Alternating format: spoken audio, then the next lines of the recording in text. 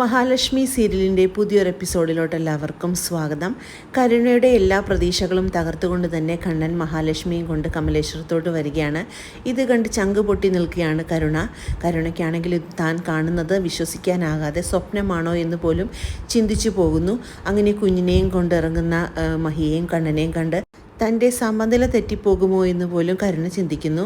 അങ്ങനെ പെട്ടെന്ന് തന്നെ കരുണയാണെങ്കിൽ ഇവരെ രണ്ടുപേരെയും സ്വീകരിക്കാനായിട്ട് താഴോട്ട് വരുന്നു. കരുണയുടെ ഉദ്ദേശം കുഞ്ഞിനെ എന്തെങ്കിലും സംഭവിച്ചിട്ടുണ്ടോ എന്ന് തനിക്ക് നേരിട്ട് കാണണം, അതുകൊണ്ട് മാത്രമാണ് കരുണ ഓടി വന്ന് വാതിൽ തുറക്കുന്നത്. കരുണയെ കാണുന്നതും മഹാലക്ഷ്മിയും കണ്ണനും ഇങ്ങനെ അന്തിച്ച് തന്നെ നിൽക്കുന്നു. കരുണ കുഞ്ഞിനെ നോക്കുന്നത് കണ്ട് മഹാലക്ഷ്മി ചോദിക്കുന്നുണ്ട്, നീ എന്താണ് കുഞ്ഞിനെ ഇങ്ങനെ നോക്കുന്നതെന്ന്. അപ്പോഴേക്കും കരുണ പറയുന്നുണ്ട്, കുഞ്ഞിനൊന്നും സംഭവിച്ചില്ലേ എന്ന് ഞാൻ നോക്കുകയായിരുന്നു എന്ന് പറയുന്നു. ദൈവാധീനം കൊണ്ട് കുഞ്ഞിനൊന്നും സംഭവിച്ചില്ല എന്ന് പറഞ്ഞുകൊണ്ട് കുഞ്ഞിനെയും കൊണ്ട് മഹി അകത്തോട്ട് പോകുന്നു. അതേസമയം അവിടെ രാമായണം വായിക്കുന്നത് കേട്ട് അമ്മയാണോ രാമായണം വായിക്കുന്നതെന്ന് ചോദിക്കുകയാണ് കണ്ണൻ. അതേ, അമ്മ തന്നെയാണ്, രാവിലെ മുതൽ തുടങ്ങിയതാണെന്നെല്ലാം കരുണ പറയുന്നു. അതേസമയം രാമായണം വായനയെല്ലാം കഴിഞ്ഞുകൊണ്ട് അങ്ങോട്ടേക്ക് ദുർഗ വരുന്നുണ്ട്. അങ്ങനെ ദുർഗയ്ക്കാണെങ്കിൽ കുഞ്ഞിനെയും മഹിയെയും എല്ലാം കാണുമ്പോഴേക്കും വളരെ സന്തോഷമാകുന്നുണ്ട്. എൻ്റെ പൊന്നു മോള് വന്നോ എന്നെല്ലാം ചോദിച്ചുകൊണ്ട് ദുർഗ ഓടിച്ചെന്ന് കുഞ്ഞിൻ്റെയും മഹിയുടെയും അടുത്ത് ചെല്ലുന്നു. എന്നിട്ട് കുഞ്ഞിനെ എടുത്തുകൊണ്ട് ചോദിക്കുന്നുണ്ട്, എന്നാലും കണ്ണാ നീ ഒന്നും വിളിച്ചു പറഞ്ഞില്ലല്ലോ എന്ന് പറയുകയാണ്. അതേസമയം കുഞ്ഞിനെ താലോലിച്ചു കൊണ്ട് നിൽക്കുന്ന ദുർഗയെ കാണുന്നതും കരുണയ്ക്കാണെങ്കിൽ ആകെ ദേഷ്യം വരുന്നുണ്ട്. ഇപ്പോഴും കുഞ്ഞിനെ നിങ്ങൾക്ക് എൻ്റെ അടുത്ത് കൊണ്ടുവരാനായിട്ട് മടിയാണല്ലേ എന്നെല്ലാം ദുർഗ ചോദിക്കുമ്പോൾ, അതൊന്നുമല്ല അമ്മേ, രേഖയുടെ സങ്കടം കണ്ടുകൊണ്ടാണ് അങ്ങനെയൊന്നും കൊണ്ടുവരാതിരുന്നത്. ഇനി അതുകൊണ്ട് ഓണം കഴിഞ്ഞിട്ട് വരാമെന്നാണ് ചിന്തിച്ചിരിക്കുന്നതെന്നെല്ലാം കണ്ണനും മഹിയും പറയുന്നു. ഇനി ഫിനാൻസിയേഴ്സിൽ പോകുമ്പോഴേക്കും ലേഖയുടെ അടുത്ത് കുഞ്ഞിനെ കൊടുത്തിട്ട് പോകാമെന്നാണ് ചിന്തിച്ചിരിക്കുന്നതെന്ന് പറയുമ്പോൾ, അതെന്താണ് എൻ്റെ മോളെ ഞാൻ നോക്കില്ലേ എന്നെല്ലാം ദുർഗ ചോദിക്കുന്നുണ്ട്. ഇതെല്ലാം കേൾക്കുന്ന കരുണയ്ക്കും വളരെ ദേഷ്യം വരുന്നുണ്ട്. എന്നിട്ട് പറയുന്നുണ്ട്, ഇവൾക്കാണെങ്കിൽ നിങ്ങൾ ഇങ്ങോട്ട് വന്നത് ഒട്ടും ഇഷ്ടപ്പെട്ടിട്ടില്ല, അവളുടെ മുഖം കണ്ടില്ലേ എന്നെല്ലാം പറയുന്നു. നിങ്ങളുടെ കുഞ്ഞിനെ സ്നേഹിക്കുന്നത് പോലെ എനിക്കൊരിക്കലും അവൻ്റെയും കുഞ്ഞിനെ സ്നേഹിക്കാനായിട്ട് കഴിയില്ല.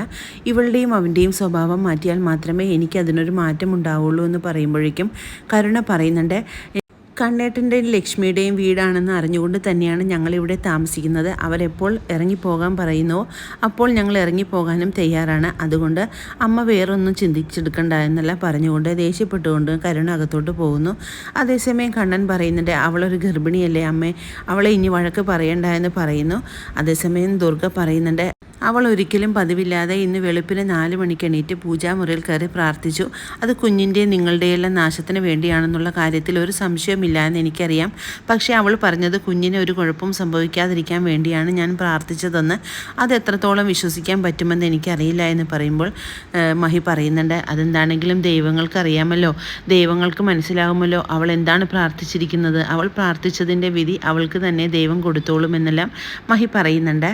പിന്നീട് ദേഷ്യപ്പെട്ടുകൊണ്ട് തന്നെ മുറിയിലോട്ട് ചെല്ലുന്ന കരുണയ്ക്കാണെങ്കിൽ നിയന്ത്രണം വിട്ടുകൊണ്ട് തന്നെ കരുണയാണെങ്കിൽ ദേഷ്യപ്പെടുന്നു. അങ്ങനെ കരുണ മനസ്സിൽ വിചാരിക്കുന്നുണ്ട്, എന്ത് ചെയ്താലും ഒരിക്കലും എൻ്റെ ഭാഗത്ത് ദൈവങ്ങൾ നിൽക്കില്ല, അതുകൊണ്ട് എൻ്റെ ജീവിതം തന്നെ അവസാനിപ്പിച്ച് കളയണമെന്ന് തന്നെയാണ് എൻ്റെ ചിന്തയെന്ന് മനസ്സിൽ കരുതുന്നുണ്ട് കരുണ.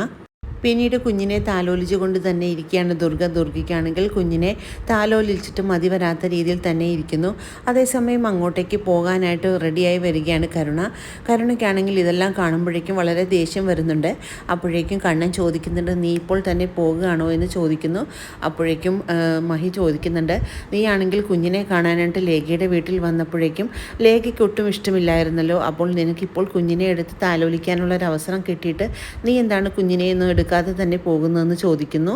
ഇത് കേൾക്കുന്ന ദുർഗ പറയുന്നുണ്ട്, അന്ന് നിൻ്റെ കുഞ്ഞിനെ എടുക്കാനൊന്നുമല്ല അവൾ അവിടെ വന്നത്, നിൻ്റെ കുഞ്ഞിന് എന്തെങ്കിലും ആപത്തുകളുണ്ടോ സംഭവിച്ചിട്ടുണ്ടോ എന്നൊക്കെ അറിയാൻ വേണ്ടിയാണ് നമ്മളവിടെ വന്നത്.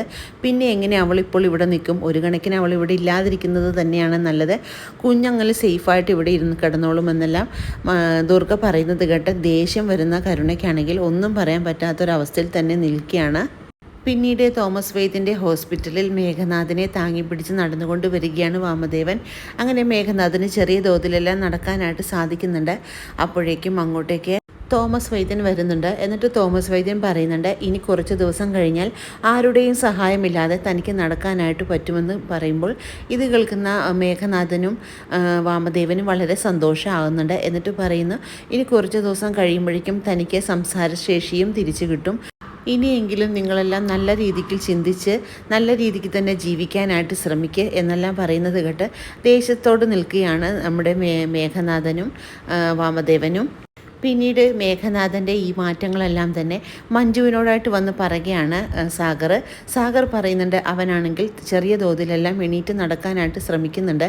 തോമസ് വൈദ്യൻ പറയുന്നത് അവൻ്റെ കാലുകൾക്ക് ശേഷി പതിയെ വെച്ച് തുടങ്ങിയിട്ടുണ്ടെന്നാണ്. ഇനി അവന് വലിയ താമസമില്ലാതെ തന്നെ സ്വയം നടക്കാനായിട്ട് തുടങ്ങും.